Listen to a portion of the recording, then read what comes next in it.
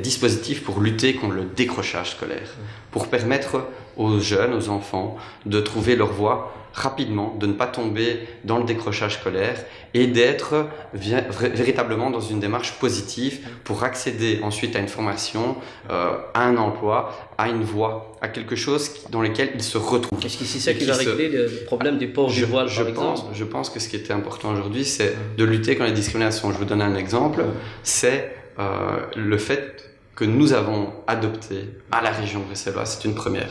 C'est l'outil que Didier Gauzoin, avec les parlementaires, nous avons adopté une ordonnance de lutte contre la discrimination en embauche. C'est une première en région bruxelloise. Il y a eu de nombreux débats. C'est cette ordonnance qui met en avant les testings, les tests de situation, les comparatifs de CV et qui permettent des sanctions d'employeurs qui seraient dans des faits de discrimination. Ça, c'est une avancée. Je ne dis pas que c'est le miracle, c'est la solution absolue, mais nous avons déjà fait un pas en avant dans ce domaine et je trouve que là-dessus, Défi a été, je dirais, en première ligne pour mener ce combat et on doit le continuer. Mais je reviens sur l'enseignement. C'est important d'avoir dans nos écoles des dispositifs comme la lutte contre le décrochage scolaire et vous l'avez vu peut-être dans le programme, la remédiation immédiate. La remédiation immédiate dans les écoles, c'est important, il faut soutenir nos professeurs et c'est ce qui compte. Nous avons des propositions pour que nos jeunes, nos enfants puissent s'épanouir dans le milieu scolaire. Ça, c'est une priorité. La même question que j'ai posée, il m'a pas vraiment répondu à ma question. Grosso modo, on va être clair. L'origine de la laïcité, elle découle de la loi de 1905 française. On est ici en Belgique dans la neutralité. Okay. Nous, ce qu'on veut pour, on va dire, modification de la Constitution, c'est d'inscrire la laïcité en toutes lettres. La laïcité, c'est quoi? C'est la séparation de l'Église et de l'État, du pouvoir confessionnel face à l'État, qui au début du siècle avait une très grande emprise. Aujourd'hui, elle l'a beaucoup moins. Ce qu'on veut, c'est d'éviter l'ingérence de l'un comme de l'autre. De l'un comme de l'autre. Donc, grosso modo, l'État n'a pas à s'immiscer dans les cultes, peu importe qu'ils soient juifs, chrétiens ou musulmans, et vice-versa. Donc, c'était ça, au départ, le but. Il ne s'agissait pas de chasse aux sorcières, chasse aux chrétiens, chasse aux juifs, chasse aux musulmans. Voilà. Donc, il est clair qu'il y a certains politiques, je ne vais pas les citer, je ne vais pas citer les partis non plus, qui jouent, entre guillemets, et dénaturent le fondement même de la laïcité. Celle qui permet à l'un et à l'autre de se retrouver autour d'une table, manger, que ce soit son jambon, son kefta ou autre. Au départ, c'est ça l'idée de la laïcité. Maintenant, s'il est dévoyé par certains, nous, on n'y peut rien. Nous, ce qu'on veut, c'est justement veiller à faire en sorte que toute mauvaise interprétation soit mise de côté en l'inscrivant dans la Constitution. Voilà. Et donc, pour Molenbeek, c'est la même chose. Je pense qu'on est... je pense pas, j'en suis sûr. On est dans une démarche proactive visant à faire en sorte que les citoyens se retrouvent. Et ils se retrouvent à l'école, dans les restaurants, dans les lieux publics. Ce n'est pas le cas encore aujourd'hui à Molenbeek. On a encore des systèmes très endogamiques, très fermés, justement, parce qu'il n'y a pas cette cohabitation. Et c'est envie d'installer cette laïcité qui n'est pas vraiment réelle à Molenbeek. C'est ce que j'expliquais par l'espace. Il existe dans des coins, dans des... Mais c'est justement ça. Ouais. C'est ça l'espace public apaisé. Et c'est aussi pour ça que la neutralité est un moment important. Parce que le but, c'est justement ça. C'est qu'on ne soit plus catégorisé comme citoyen ou regroupé en fonction de sa croyance. La croyance, c'est ce qui appartient à chacun. C'est son chemin personnel, ses choix de vie, son guide de vie. Et c'est éminemment respectable. Et il faut que ça puisse être protégé. Mais il ne faut pas que ça construise des murs entre les citoyens. Et justement, il faut qu'on puisse à un moment tous se réunir. Et à un moment, la laïcité, avec cette séparation claire entre l'État et les religions, mais aussi avec cette garantie du coup de la liberté religieuse, ben ça permet ça, cette rencontre dans un espace apaisé, où justement les conflits de religion qui peuvent exister, ou les conflits entre athéistes et croyants, quelle que soit leur confession, n'ont pas leur place. Et c'est la garantie du respect du droit et de la loi pour tous les citoyens, de le respect de la croyance religieuse, mais aussi du respect de la loi sur les religions, et aussi veiller à ce que la loi civile prime sur les lois religieuses. Et c'est parce que c'est comme ça qu'on arrivera à construire cette société apaisée. Dans une société comme Bruxelles, où on a effectivement des athées, des gens de confession musulmane, des juifs, des chrétiens, et encore d'autres croyances, c'est important que les croyances n'opposent pas les gens. Et donc, pour construire cet espace apaisé, la laïcité permet d'être la pierre angulaire. Cette règle générale qui protège, qui inclut tout le monde dans le même espace, sous la même loi, qui est la loi civique, et qui permet de dire à chacun: vous avez votre place, vous avez votre liberté de croyance, elle vous est personnelle, c'est dans votre espace privé, et vous avez après ça le droit, en société, de la vivre pleinement, mais pour éviter les conflits, les oppositions, à un moment, la loi s'applique à tous. Ça n'est que ça, et donc ça n'est absolument pas L'avis de Stéphanie sur ce sujet. Au-delà même de ce débat, je pense qu'il est vraiment très important, avant de voir comment est-ce qu'on va appliquer la laïcité, de ne pas faire l'économie du débat de qu'est-ce que la laïcité et quelle est la pédagogie. Parce qu'il va vraiment falloir faire un travail de pédagogie pour expliquer à tout un chacun ce qu'on entend par laïcité. Parce que je pense, le commun des mortels, il suffit qu'on ait des conversations au coin d'un feu ou au restaurant. Pour certaines personnes, la laïcité, c'est le rejet de la religion. Alors absolument pas. La manière dont des filles, en tout cas personnellement, et chacun d'entre nous à cette table pourra vous garantir que la laïcité, c'est quoi? C'est vraiment le fait de garantir à tout un chacun la liberté religieuse pour ceux qui l'ont, et la liberté de s'affranchir de cette religion dans le cas où c'est pas la nôtre. Mais ce travail de pédagogie est vraiment tout à fait nécessaire, parce que on pourra même pas avancer sur le fait de se mettre d'accord de comment on applique la laïcité si en amont on n'est même pas d'accord de ce que c'est la laïcité. Et donc il y a une comparaison. On est en Belgique, on n'est pas en France. On n'a pas forcément la même c'est pas la même définition. C'est pas la même définition, c'est pas la même application, parce qu'on est déjà. La loi de 1905 en Belgique ne correspond pas vraiment à la vision. Elle correspond pas, mais c'est clair, on a un modèle à côté de soi, mais on est un pays tout à fait différent, et par définition, on a aussi des modèles sociaux différents. Il suffit de voir tout le tollé qui a fait le mariage pour tous en France. Nous, chez nous, on regardait ça avec des grands yeux en se disant, mais c'est incroyable ça. C'est le pays de la liberté, de la déclaration des droits de l'homme, mais à ce moment-là, on sait très bien qu'il y a un recul. Donc par rapport à ça, on n'a pas du tout de tabou de se dire que leur vision de la laïcité n'est pas forcément la nôtre, mais à côté de ça, on a l'avantage et l'honnêteté de dire que ce travail de pédagogie, on doit encore le faire, on est en train de l'établir, et c'est ce que veut faire Défi, en mettant la laïcité droit sur la table, en n'ayant aucun tabou par rapport à ça, parce que qu'est-ce qu'on cherche à établir? C'est des lieux communs. C'est un travail nécessaire, il faudra le mettre en place. C'est des lieux communs. Et c'est ça qui va créer justement ce support interculturel pour permettre justement à toutes ces cultures de mieux se comprendre. On a un carrefour là maintenant. On le voit dans la société, il y a des partis, comme le disait Rachid à l'instant, sans les citer, qui essayent de pousser à la division, qui essayent de mettre au-delà des points communs que l'on a ensemble, les différences. Et le fait de mettre la laïcité sur la table, c'est déjà remettre tout à plat et d'essayer de voir ce qu'on peut construire ensemble et d'aller dans la même direction. Tout à fait. Tu voulais encore dire quelque chose? Mais c'est ce que j'ai introduit. J'ai dit, nous ne voulons pas diviser. Nous voulons réunir autour de valeurs communes, et c'est en cela que je vous ai répondu. D'accord. Le troisième point du programme, c'est la sécurité et la prévention. Donc, vous dites dans le programme, aujourd'hui, les citoyens ressentent l'insécurité. Il faut y apporter des réponses multiples par l'éducation, l'information, la prévention, les politiques de proximité, etc., etc. La parole à Fabien. Oui, je crois qu'effectivement, il y a, quand je rencontre les citoyens, 3 grands thèmes de sécurité qui reviennent au niveau communal. C'est d'abord la sécurité des personnes. Pouvoir en rue se sentir en sécurité, sans être agressé, sans être importuné. Je crois par exemple que dans une région urbaine et dans les communes urbaines telles que nous avons, on doit pouvoir, par la prévention, par l'éducation, par exemple, pouvoir parler du harcèlement sexuel en rue pour les jeunes filles. Je crois que c'est quelque chose, 98% des jeunes filles l'ont au moins connu une fois dans notre région.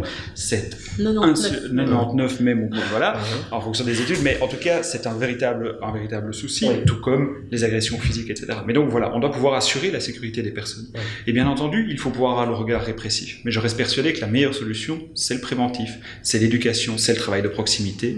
Et donc, par exemple, à la ville de Bruxelles, moi je propose qu'on mette en place, c'est un des mécanismes premiers d'une jeune fille qui se fait harceler en rue, c'est de prendre son GSM pour faire semblant avec quelqu'un, une application qui permettrait par exemple de signaler qu'on est en train de se faire harceler et d'avoir un signalement par exemple au gardien de la paix ou au policier à proximité pour qu'il puisse intervenir. Donc voilà la première sécurité qu'on aimerait défendre. La deuxième dont on parle souvent, c'est les cambriolages. Pouvoir se sentir en sécurité chez soi. Avoir les cellules de technoprévention qui puissent passer rapidement, qui puissent tenir les fichiers pour que quand on a la chance de pouvoir arrêter quelqu'un qui se soumet au cambriolage, on puisse établir le dossier de l'ensemble de ces infractions et donc avoir des condamnations plus lourdes et donc éviter les récidives qu'on peut connaître. La troisième sécurité dont on me parle souvent, et elle est essentielle, c'est la sécurité routière. C'est la sécurisation de nos abords d'école, c'est la sécurisation de nos voiries et je crois véritablement qu'il y a là 3 enjeux de sécurité assez différents. La sécurité des personnes en rue, contre les agressions, contre le harcèlement, la sécurité des personnes et leurs biens chez eux, le cambriolage, et la sécurité routière, où nos communes peuvent véritablement avoir des actions concrètes. Et donc, oui, ça passe par un travail quotidien, analyser les zones qui sont dangereuses pour la sécurité routière, prendre des aménagements urbains. C'est pas forcément renforcer la police, mais c'est aussi renforcer la police de proximité, les brigades cyclistes, notamment pour pouvoir intervenir dans les problèmes de rue et renforcer nos services de technoprévention qui sont dans la plupart de nos communes pour justement lutter contre les cambriolages. Je crois que voilà 3 priorités, c'est pas les seules, on a un programme bien rempli, mais voilà déjà 3 mesures concrètes, 3 enjeux de la sécurité dans nos communes, à la ville et à la région que défi en train de mener.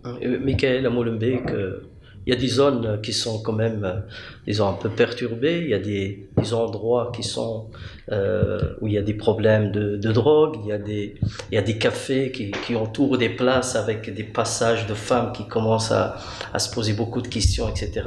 Est-ce que vous avez un plan pour essayer de mettre de l'ordre un peu dans tout ça, clairement? Bon, tout d'abord, sans mettre de hier, il y a quand même beaucoup de choses positives à Molenbeek. Ça, on le sait, on est d'accord sur ça. Notre objectif, c'est de justement travailler à l'image de la commune, et on a de nombreux potentiels, notamment au niveau de notre jeunesse, et c'est à elle qu'on s'adresse justement pour les amener, pour redynamiser les choses dans notre commune. Mais évidemment, et Rachid en parlera également, nous avons des outils, nous avons des ressources humaines importantes pour la sécurité, pour la prévention, parce que ça c'est le plus important à nos yeux, c'est d'abord et avant tout la prévention. Prévention rime avec proximité, et donc il y a d'abord, il y a quelque chose qui est un mal bruxellois, c'est les zones de police, elles sont sous-financées. Vous savez, il y a dans notre zone de police bruxelloise sous-financement structurel qui fait que aujourd'hui à Molenbeek on a pu compter sur quoi? Des militaires dans les rues. C'est pas la conception de notre vision des choses, et nous ce que nous voulons c'est d'avoir des agents de quartier, des agents qui connaissent leur population, où il y a un lien de confiance qui s'installe, et ça c'est un travail de proximité, et nous aimerions à tout le moins que notre zone de police soit refinancée à sa juste valeur en fonction de sa population. Ensuite, il y a la question de la prévention. Même si on ne voit pas le travail des gardiens de la paix, très important, sans la collaboration avec les agents de quartier, sans la police de proximité, ces gardiens de la paix à Molenbeek, ils ont un statut important, mais nous voulons encore plus les mettre en avant, plus les outiller, les aider pour pouvoir être encore plus efficaces sur le terrain de la prévention, j'insiste là-dessus, et qu'on ne dénature pas leur mission. Leur mission est avant tout la prévention, un relais d'information pour la population, et pas uniquement ce qu'on veut en faire des agents de répression quasiment. Ça, ce n'est pas notre vision des choses. Et donc, moi, je pense qu'avec Rachid, on a rédigé notamment les grandes lignes de ce programme. Il a une expertise non négligeable à ce sujet. Donc, je te souhaite. Je donne la parole à Rachid. Vous pouvez nous parler un petit peu de... Grosso modo, encore une fois, nous misons sur les humains, les moyens humains. Oui. Je veux dire, on ne veut pas d'un Big Brother à Bruxelles. Qui consiste à avoir des caméras un peu partout, etc. Je veux dire, c'est très bien, elles sont là. On va pouvoir les utiliser à temps, mais il faut savoir qu'il y a, il faut savoir qu'il y a également des personnes derrière les caméras. Donc s'il y a 1000 caméras, il faut avoir un nombre conséquent pour pouvoir, entre guillemets, voir ce qui se passe et gérer toutes ces caméras. Il est clair qu'aujourd'hui, en tant que moyen humain, c'est pas tout à fait ça. Dans la commune de Molenbeek, il suffit qu'il y en a un qui est en congé ou en maladie et on se retrouve en pénurie d'agents qui pourraient, entre guillemets, vérifier ce qui se passe à Molenbeek à travers ces caméras. Il y a aussi évidemment le fait même que les gardiens de la paix sont dans la possibilité de pouvoir procéder à des PV, donc en rapport avec le règlement général de police. Voilà, il y a eu au départ avec les contrats de quartier la création des gardiens de parc qui sont devenus des gardiens d'espace public, et puis après les gardiens d'espace public sont devenus en 2007 des gardiens de la paix, et donc puis après les gardiens de la paix, il y a eu des gardiens de la paix assermentés, donc qui peuvent en rapport avec le règlement général de police faire une formation à l'école de police, être assermenté et pouvoir coller des PV.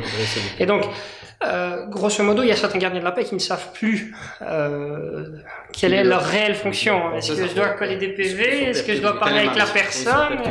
Voilà, donc je peux comprendre cette difficulté dans la mesure où même les citoyens ont un souci par rapport à ça. Ils ne savaient pas, il y a certains citoyens qui ne savent pas. Le citoyen est fatigué d'entendre la prévention, etc. Bon, ici c'est spécifiquement, mais je pense des que résultats ça peut être concrets. global. Il faut un échevin de la prévention, quelqu'un qui s'occupe à temps plein, à 100% de la prévention, même si on n'oublie pas ce partenariat. Tout à fait. Oui, super. Bah, clairement, je veux dire, le candidat qui va travailler que sur la prévention. Vous avez en face de vous un candidat échevin, vous avez en face de vous deux candidats bourgmestres.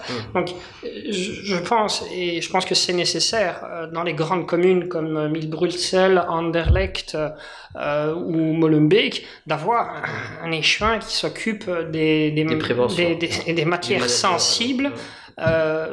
Avec un peu plus de temps. Parce que cela fait 10 années qu'on raconte un peu la même chose à chaque fois. Voilà. Faire de la prévention, c'est un problème de police. On n'est pas... Nous, on a toujours voulu. Les Molenbeekois sont fatigués. Nous, on a toujours voulu veiller à faire en sorte qu'il y ait une synergie, une coopération entre les gardiens de la paix et les agents de police. C'est une bonne proposition de mettre en place en tout cas cet échevinat qui pourrait travailler que sur la prévention. Et par la même occasion, nous voulons en parallèle, évidemment, parce qu'il y a le volet prévention, mais il y a aussi le volet répression, parce qu'il y a un moment où, quand il y a une limite à dépasser, et la limite c'est la loi, il y a les services de police qui doivent entrer en scène. Pour pouvoir permettre à ces services de police d'entrer en scène, c'est d'avoir aussi une synergie entre les gardiens de la paix. Non pas que le policier va faire le travail du gardien de la paix ou le gardien de la paix le travail du policier, on ne veut pas mélanger. Mais on veut veiller à faire en sorte qu'il y ait une collaboration. Juste une collaboration. Aujourd'hui, d'après mes informations, la collaboration n'y est pas. Et donc nous voulons qu'il y ait un gardien de la paix qui puisse être à la réunion de sécurité de la commune, par exemple. Un des responsables des gardiens de la paix pour préparer les événements, aider, etc. Je pense qu'il est nécessaire de pouvoir, entre guillemets, expliquer aux citoyens ce que fait un gardien de la paix, ce que fait un agent de police. Pourquoi on ne le fait pas maintenant, en fait? Pourquoi on ne permet pas justement à un gardien de la paix de participer à des réunions? Ils y participaient à l'époque. Ils y participaient à l'époque, un peu moins aujourd'hui. Donc, ce que je vous rapporte, c'est ce que les gardiens de la paix de Molenbeek me donnent comme information, mais également des policiers. Les policiers, ils ne savent pas ce que font les gardiens de la paix. Est-ce qu'ils nous prennent notre argent? Est-ce qu'on aurait plus d'argent dans les zones de police si les gardiens de la paix n'existaient pas, etc. Il faudrait aussi expliquer. Il y a un travail de pédagogie envers les gardiens de la paix, mais aussi, également envers les policiers qui viennent d'un peu partout. Ils sont aussi frustrés. Donc les gardiens ne savent plus quelle est leur fonction exactement. Les policiers ne savent plus ce que font les gardiens. Donc c'est vrai, c'est une catastrophe ce que vous racontez. Rachid en a fait la démonstration. Pourquoi est-ce qu'à chaque élection on vient en disant il faut augmenter les gardiens de la paix et de la prévention, et à chaque fois ça ne marche pas? Parce qu'en réalité, les missions qui sont données à la police, on les dévie vers les gardiens de la paix. On l'a dit, il y a de plus en plus de gardiens de la paix qui sont sanctionnateurs. Pourquoi? Parce que comme le parquet ne suit plus les infractions, on met des amendes. Ils mettent des amendes, par mettre un policier pour des amendes, on a dit, on manque de policiers en région bruxelloise. 500 policiers pour l'ensemble des zones de police, 200 rien que pour ma zone de police. Et donc, qu'est-ce qu'on dit? On trouve des subterfuges. On va donner ça au gardien de la paix. Et donc, les deux rôles sont dans la confusion. Et donc, ça, c'est vrai que c'est la grande fumisterie un peu du MR, quoi, qui nous dit, je suis le parti de la sécurité, je vais rétablir l'ordre, etc. Mais qui, au gouvernement fédéral, avec la NVA, avec ses partis soi-disant de droite, qui sont soi-disant les partis de la sécurité, ne donne pas les moyens aux zones de police de faire leur travail, diminue les moyens de la justice au fédéral, empêche le parquet de faire son travail. Et donc, vous voyez cette confusion sur le gardien de la paix. Et donc, c'est vrai que quand je vois, dans la zone de police, moi je peux le reconnaître, ils ont inscrit au budget de la zone de police des moyens supplémentaires pour engager les policiers. Eh bien, le fédéral n'est pas capable de fournir les policiers. On a les moyens, même quand on met les moyens. À Anvers, ne vous inquiétez pas, ils sont en excédent de policiers, tout le cadre est rempli. À Bruxelles, il manque 500 policiers. Bruxelles, la capitale de ce pays, là où se passent tous les grands événements internationaux, capitale de l'Europe, eh bien, il manque des policiers, et même pas de souci, à Anvers, il y a. Et donc, voilà le problème. Et donc, évidemment, cela, le fait d'affaiblir nos zones de police. Je rappelle qu'une des premières mesures du gouvernement kamikaze, c'était le MRNVA, c'était le gel de la dotation de l'indexation des zones de police. Pour 100% chaque année. Voilà, ça c'est des mesures d'affaiblissement des zones de police qui font que les communes, du coup, se tournent vers leur gardien de la paix pour compenser les manquements du fédéral. Et donc, oui, il y a cette confusion de genre, de rôle entre la prévention qui est pourtant essentielle et les missions de police et de répression qui doivent exister. À Anderlecht, comment gérer la sécurité Je vais répondre à votre question tout de suite, mais je pense qu'il faudra aussi, il ne faut pas avoir honte de dire que si on regarde un peu la situation, on a l'impression que ce manque de financement est tout à fait organisé, c'est orchestré. Pour qu'on se retrouve dans une situation à Bruxelles où un jour on pourra nous dire mais voilà, Bruxelles est ingérable, rien ne fonctionne, et on fait exprès, et les communes sont vraiment devenues le parent pauvre du système de sécurité en Belgique. Et qui a organisé ça? Qui veut exactement nous transmettre ce message? En l'occurrence, les seuls partis qui sont pas pour la survie de notre pays, qui sont là maintenant dans la majorité fédérale. C'est aussi un non-sens purement belge que d'avoir au gouvernement le seul parti qui veut la fin de ce pays. Et pour revenir à ce que vous disiez par rapport à Anderlecht, il y a une certaine vision comme quoi il y a deux Anderlecht. Qu'on se situe avant ou après Saint-Guidon, c'est pas les mêmes réalités. Il y a des zones qui sont devenues quasi des zones de non-droit, alors qu'on est dans un pays de droit où on peut absolument pas accepter que quelqu'un qui habite par exemple dans un quartier comme Peterbos se dise voilà, quand j'arrive ici, la police se fait jeter, enfin on jette des pierres sur la police, ou les journalistes se font agresser, c'est encore arrivé récemment, c'est pas du tout permis. Qu'est-ce que Défi notamment voudrait dans les communes comme Anderlecht, c'est généraliser le système donc de la police de proximité, comme on disait, avec de type Coban. C'est faisable et ça s'est fait et ça a fonctionné. On l'a vu par exemple avant dans une zone comme la place de la Vaillance, qui était aussi considérée comme une zone de non-droit, là où les gens avaient du mal à passer, avaient peur de passer, et on a installé une police de proximité. Maintenant, c'est vraiment redevenu un cœur de la commune, là où les commerçants et les citoyens ont plaisir à passer et il fait bon vivre. Donc, il ne faut pas faire croire aux gens que c'est pas possible et qu'il n'y a pas moyen de faire autrement. Il faut y travailler. Il faut y travailler. Mais à côté de ça, il y a aussi d'autres moyens qui ne sont pas forcément d'ordre humain, comme la police et les agents de sécurité. Le sentiment de sécurité est aussi très important. Il y a des communes où il y a des quartiers où il n'y a pas de lumière. Moi, en tant que femme, et je pense que le sentiment de sécurité est valable pour tout un chacun, mais à des niveaux et des degrés différents. Moi, en tant que femme, il y a des quartiers dans lesquels je me dis, il fait noir, je vois rien, je passe pas. C'est pas normal que dans une même commune, avec un même bourgmestre pour tout un chacun, certaines zones se sentent délaissées ou certaines zones se disent tiens, par là c'est pas possible. Moi je parle à des vieilles personnes qui vous disent que dans tel quartier, moi à 18h je sors plus. Ça c'est pas possible.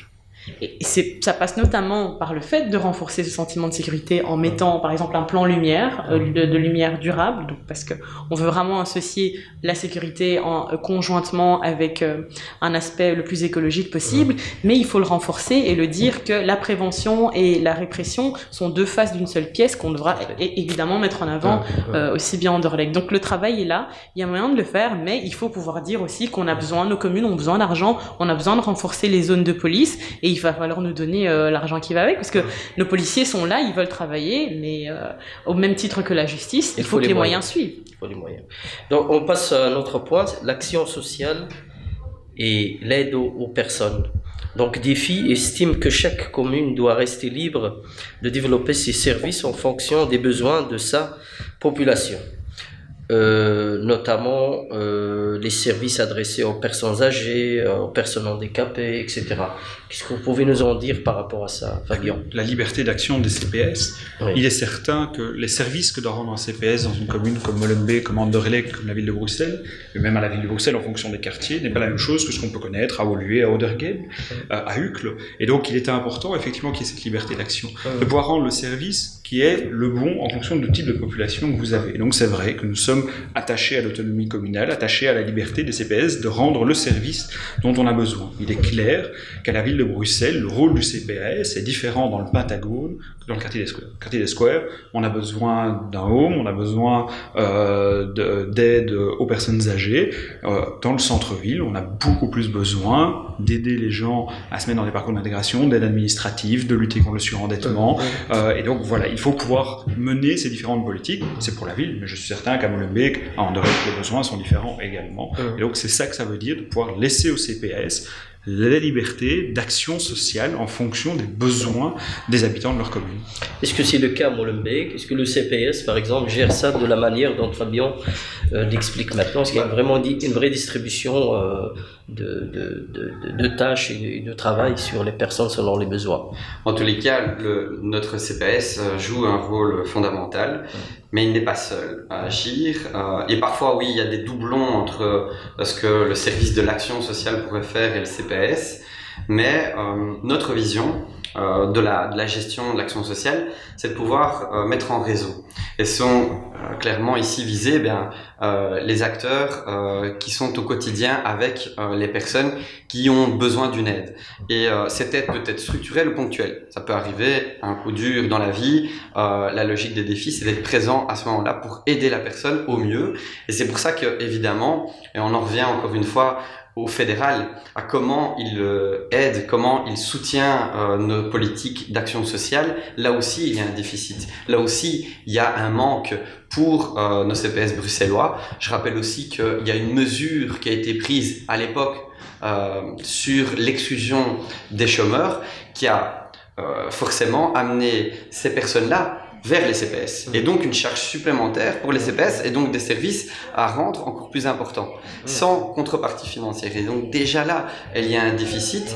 Et donc c'est pour ça que ce que nous voulons, c'est déjà soutenir les acteurs de première ligne. Je vous parlais de la mise en réseau, c'est de faire en sorte que les services de l'action sociale, les CPS, puissent ne pas créer des effets doublons et de travailler ensemble pour surtout faire en sorte que, là je pense notamment aux personnes âgées, qu'elles puissent rester à domicile et qu'elles puissent aussi sortir de chez elles et d'avoir des activités avec des jeunes, parce que je vous ai parlé de la jeunesse, ce qu'elle peut apporter aussi dans le quotidien, c'est miser sur cet intergénérationnel et de créer je dirais des collaborations. On peut avoir des jeunes, des écoles, des maisons de quartier qui se réunissent et qui vont dans les maisons de repos, qui vont vers les personnes âgées pour organiser des activités, que ce soit des activités culturelles, organiser une pièce de théâtre. Voilà, je vous donne un exemple comme ça. Il y a plein de personnes qui voudraient se relancer peut-être dans ce domaine-là, et de jeunes qui pourraient les accompagner, faire ensemble quelque chose, créer un projet intergénérationnel. Ça, c'est important à nos yeux. Enfin, il y a aussi la question de la mise en valeur des personnes qui font ce travail au quotidien et qui ne sont pas directement dans l'organe du CPS, ce sont les associations. Et souvent, le politique travaille en vase clos, se dit voilà, j'ai un budget, j'ai un service, mais je ne m'entoure pas alors des personnes, d'experts de terrain, des associations. Et ça, c'est le message de défi. C'est aussi de miser sur l'associatif. Et de ne pas fonctionner en vase clos. Il y a dans ma commune de nombreuses associations qui travaillent au décrochage scolaire, école de devoirs, qui travaillent avec des personnes qui ont des difficultés pour notamment les déplacements. Il y a des actions taxi pour les personnes à mobilité réduite. Tout ça participe à l'action sociale. Donc, il y a un déficit budgétaire au niveau des CPS parce que le fédéral n'intervient pas suffisamment. Et pour pallier ça, même si nous, on estime qu'il faudrait revoir cette question, on veut pallier à court terme, parce qu'on ne veut pas que les citoyens soient les premières victimes de ça, on doit travailler avec la mise en réseau, avec l'associatif notamment. Sur le programme, Rachid, il y a aussi valoriser l'insertion socio-professionnelle des personnes atteintes d'un handicap. On sait qu'à Molenbeek, dans d'autres communes aussi, il y a beaucoup de de personnes mobilité réduite et les parents sont vraiment désarmés par rapport en fait aux solutions à apporter à ces enfants pour les orienter professionnellement. Ils ne savent pas quoi faire par rapport à ça et je pense pas qu'on a vraiment travaillé sur ce problème. Tout à fait, tout à fait. Il n'y a qu'à regarder la plupart des communes, oui. Donc je parle de maisons communales de manière générale. Quand on regarde la plupart de ces maisons du peuple, oui. On voit déjà clairement qu'il y a un souci. Donc je pense que le service public doit montrer l'exemple. Tout à fait. Donc quand je vais dans certaines communes, je ne peux pas je vois une personne qui ne peut pas rentrer parce qu'elle est en chaise roulante, c'est un gros souci. C'est un gros souci. Quand on prévoit un ascenseur et qu'il est trop petit ou qu'il manque un petit centimètre pour pouvoir... voilà, ou bien qu'il ne fonctionne pas, c'est un gros problème. Et donc, chez Défi, on dit, le service public doit montrer l'exemple pour tout. Pour tout. Et donc là, en l'occurrence, il y a aussi l'information qui doit être donnée. Donc, il est clair que les associations sont très souvent là pour pallier certaines défaillances des services publics. Il faut être très clair. Il faut être très clair. Et certains politiques n'ont pas pensé à toutes les problématiques que les gens peuvent clairement vivre mal. Et donc là, en l'occurrence, pouvoir répertorier toutes ces associations en se disant, écoutez, travaillons ensemble, veillons à faire ensemble. Notre ADN, c'est aussi l'évaluation. C'est de se dire, bon, on va pas y aller comme ça, on va évaluer la situation et on va proposer une solution. Et là, en l'occurrence, ça fait des années qu'il y a des évaluations de la plupart des partis dans la majorité dans les différentes communes et il n'y a jamais rien. Ou en définitive, ce sont des avancées minimes qui n'ont pas suffisamment d'impact sur la majorité des personnes dont vous parlez. Et donc là, en l'occurrence, nous, à Molenbeek, nous voulons clairement répertorier toutes ces associations qui pourraient éventuellement aider le service public pour pouvoir aider toutes ces personnes-là. Stéphanie, l'orientation socio-professionnelle, comment vous allez faire pour favoriser justement l'insertion socio-professionnelle de la personne à mobilité réduite dans les communes d'une manière générale et surtout à Anderlecht? Je pense qu'il est important d'aller voir ce qu'on fait ailleurs. Pour avoir vécu dans d'autres pays, je vois qu'on a vraiment un certain retard par rapport à l'intégration. Un très grand retard parce qu'on ne fait pas grand-chose pour cette population-là. Et parfois, c'est vraiment à la portée des services publics en première ligne. Vous prenez quelqu'un qui souhaite prendre le métro, il y a certaines stations de métro, quelqu'un qui est en chaise roulante, c'est tout à fait impossible de pouvoir y accéder. Vous avez des bus qui ont tout un système pour qu'on puisse pouvoir avoir accès quand on a un handicap, et c'est quelque chose qui à l'heure actuelle n'est vraiment pas généralisé. Donc il faut aussi travailler sur la manière dont on entreprend les services publics, dont on entreprend le rapport à la personne handicapée, parce que Michael parlait tout à l'heure de discrimination, c'est une forme de discrimination aussi. Dès le moment où on établit un monde qui est fait sur nos mesures à nous, de personnes qui ne présentent pas d'handicap, on a du mal à comprendre comment est-ce que quelqu'un qui présente un handicap peut pouvoir faire au quotidien. Donc pour revenir à ce qui était dit tout à l'heure, c'est vraiment important dans la manière dont on envisage les services de mobilité, les services communaux, l'accessibilité, de pouvoir travailler avec des personnes qui sont des personnes ressources et qui ont vraiment une expertise dans comment est-ce qu'on peut agencer ces deux mondes qui en fait vivent l'un à côté de l'autre, mais sans avoir aucune communication. Je vais sauter plusieurs points parce qu'on n'a plus beaucoup de temps en fait pour faire tous les points. Donc je passe directement à l'enseignement. Vous parlez tout à l'heure en fait de l'enseignement, de la petite enfance, etc. Qu'est-ce que vous proposez en fait par rapport à l'enseignement à Molenbeek, en sachant qu'il y a aussi des gros problèmes. Il y a pas mal de parents aussi qui quittent à Molenbeek pour aller dans d'autres écoles, etc. Il y a des problèmes à Molenbeek. Alors, oui, c'est vrai que encore une fois, on peut compter sur. Je pense que il y a eu dans nos écoles beaucoup de personnel, des enseignants, directeurs, directrices, qui démontrent chaque jour les efforts, leur motivation pour rendre le meilleur enseignement possible. Mais il faut créer les meilleures conditions. Et là où je pense, pas uniquement Molenbeek-Saint-Jean, mais notamment dans les communes du nord de Bruxelles, il y a eu déjà dans les années 2000, ici passé maintenant, voire 2025, on annonce déjà l'explosion démographique, une croissance importante au niveau démographique. Alors c'est pas uniquement que pour les maternelles, enfin la crèche maternelle, c'est aussi les primaires et les secondaires. Et donc on voit aussi que pour les conditions avant tout, c'est d'avoir le plus d'infrastructures qui peuvent accueillir ce nombre d'élèves, d'étudiants. Et c'est vrai qu'à Molenbeek, il y a eu pendant un certain temps un flottement sur la création d'écoles secondaires, sur la création de structures, et je vous donne l'exemple dans l'actualité, il y a eu tout un débat sur la fermeture d'une école, Korenbeek, qui a amené à avoir vraiment, et je pense à juste titre, une opposition, en tous les cas de notre côté, parce qu'on ne comprenait pas pourquoi on allait fermer une école sans être sûr qu'on puisse, certes il fallait rénover, ça on avait bien compris, mais on ne savait pas quel était le projet qui allait suivre cette rénovation. Est-ce qu'on allait laisser une école? Est-ce qu'on allait faire une crèche, une maison de quartier? C'était pas clair, on nous l'a pas annoncé, et donc pour des filles c'était très compliqué d'accepter ce genre de décision. Parce que on a besoin d'écoles, on a besoin de crèches, et on a besoin, quand je dis d'école, c'est primaire et aussi dans le secondaire. Donc il faut avant tout créer un plan de création d'infrastructures. Alors ça peut se faire soit via le partenaire public, mais aussi en partenariat public-privé, et je rajoute encore un autre élément avec d'autres communes.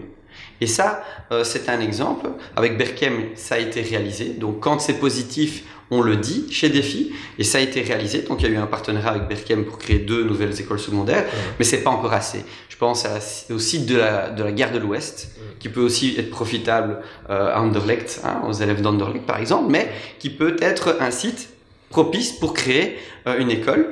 Aussi le long du canal, nous avons des idées de création le long du canal, puisque là aussi il y a tout un développement de logements, de bureaux, etc. Et il y aura sûrement une demande par rapport à cette infrastructure. Et puis, et ça me tient à cœur, je vous en ai parlé au départ, parce que je trouvais que c'était aussi, dans votre débat sur la laïcité, il y a aussi le débat, on l'a dit, de la pédagogie, de la compréhension des choses. Mais ce qui compte pour nous, c'est d'avoir avant tout, une lutte efficace contre le décrochage scolaire. On refuse que les enfants puissent être soit réorientés trop rapidement vers des filières de relégation, mais on veut surtout qu'ils aient une base commune et qu'ils puissent trouver leur voie.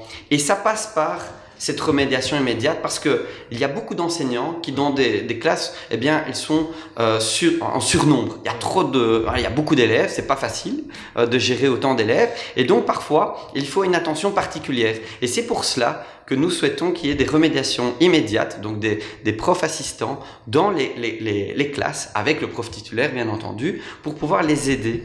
Et ça, c'est une mesure importante, parce que nous voulons mettre l'enseignement en tête des priorités, là où on peut intervenir en fonction de nos compétences, parce que vous savez très bien qu'il y a la compétence communautaire qui agit également, sans dire, comme certains, enseignement de qualité partout, etc. On peut aujourd'hui agir au niveau local. Voilà une mesure concrète que nous portons chez Défi. Ok. Vous avez quelque chose à dire par rapport Je crois que beaucoup a été dit, je vais être très rapide, mais je crois effectivement redonner aussi la liberté, j'avoue, je ne sais pas comment ça se passe à Molenbeek, mais en tout cas la ville, la liberté de décision en direction d'école, dans le projet pédagogique. C'est bien de construire des écoles. À la ville, je dois reconnaître, la majorité a construit énormément d'écoles, de crèches, c'était très bien.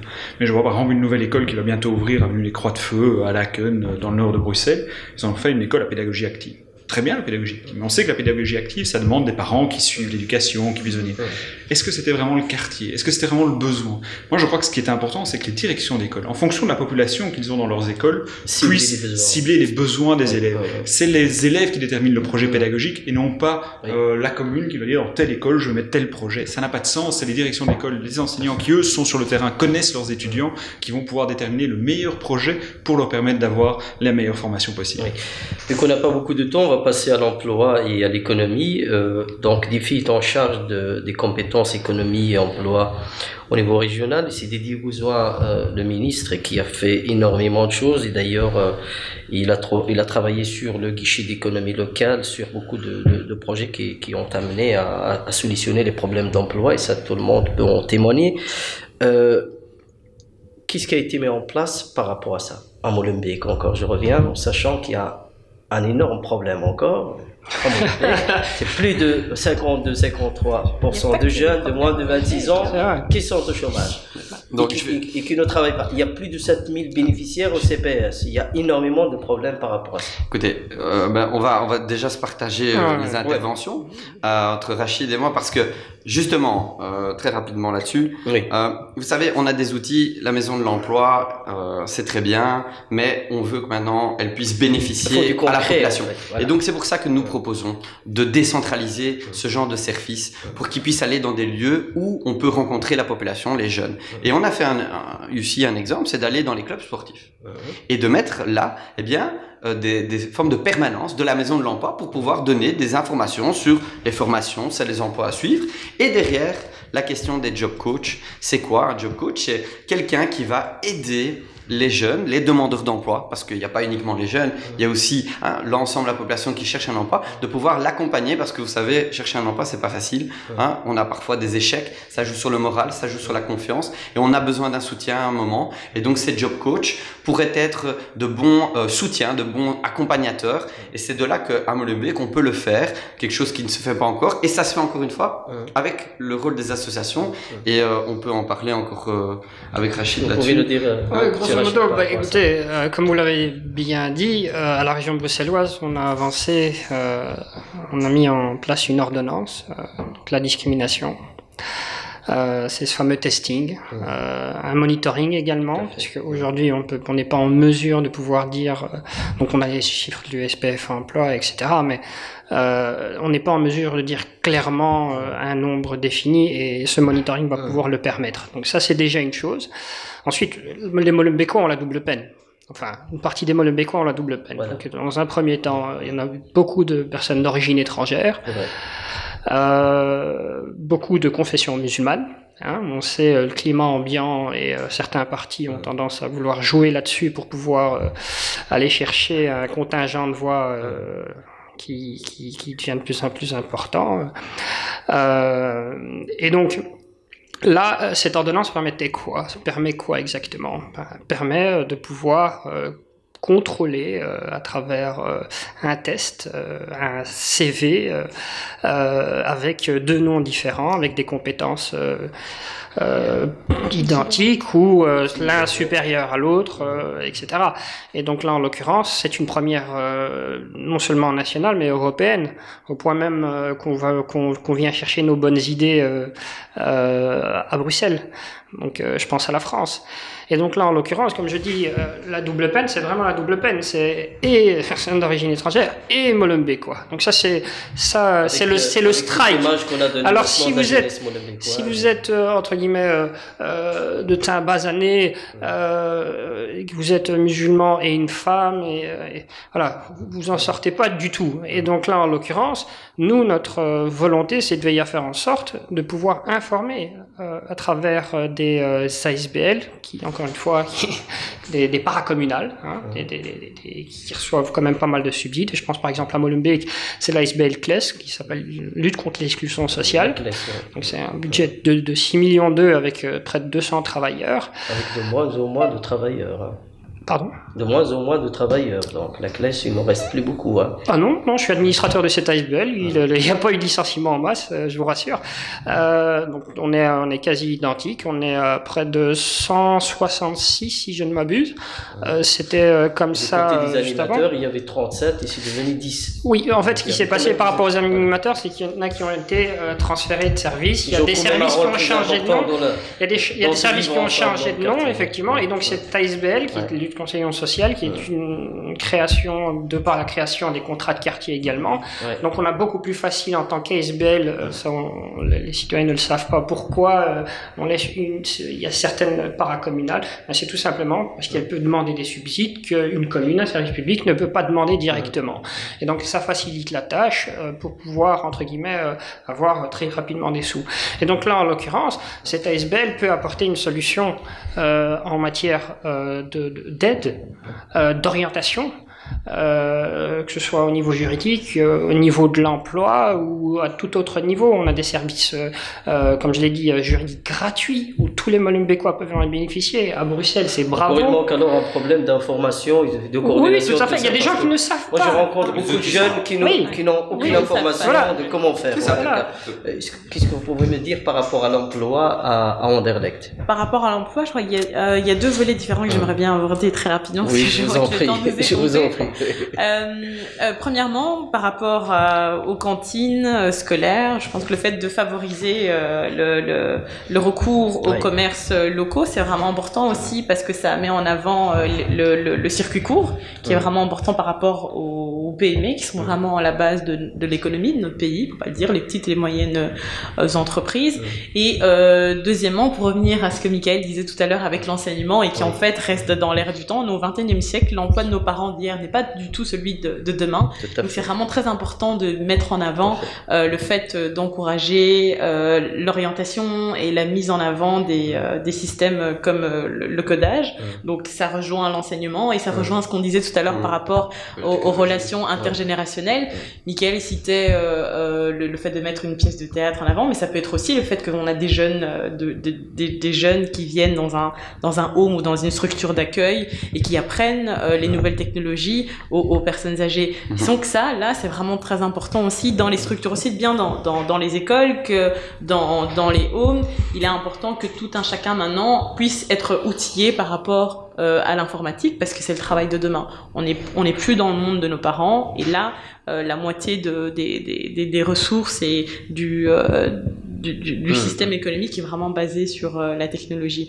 Donc favoriser le circuit court, favoriser le fait de recourir aux commerçants de nos quartiers et favoriser l'emploi des nouvelles technologies aussi bien dans l'enseignement que dans les relations intergénérationnelles. Ok, alors une question pour chacun de vous. Donc je commence par Fabien, 2 minutes. Pourquoi voter Défi et pas notre parti à la ville de Bruxelles? Parce que nous représentons l'alternative. Et ça vaut dans beaucoup de nos communes les arrangements entre grands partis qui veulent être remis en place. Que ce soit Anderlecht, à la ville, le MR et le PS veulent continuer leur majorité. Nous voulons apporter un changement. On l'a dit, un changement de gouvernance, un changement dans les pratiques politiques, un changement dans la gestion publique. Les communes qui sont gérées par Défi sont souvent pointées du doigt pour leur bonne gestion. De Montlieu-Saint-Lambert, Scarbeck, regardez le redéploiement de Scarbeck. Pourquoi est-ce que ce qui a marché dans ces communes, on ne pourrait pas le faire dans les nôtres?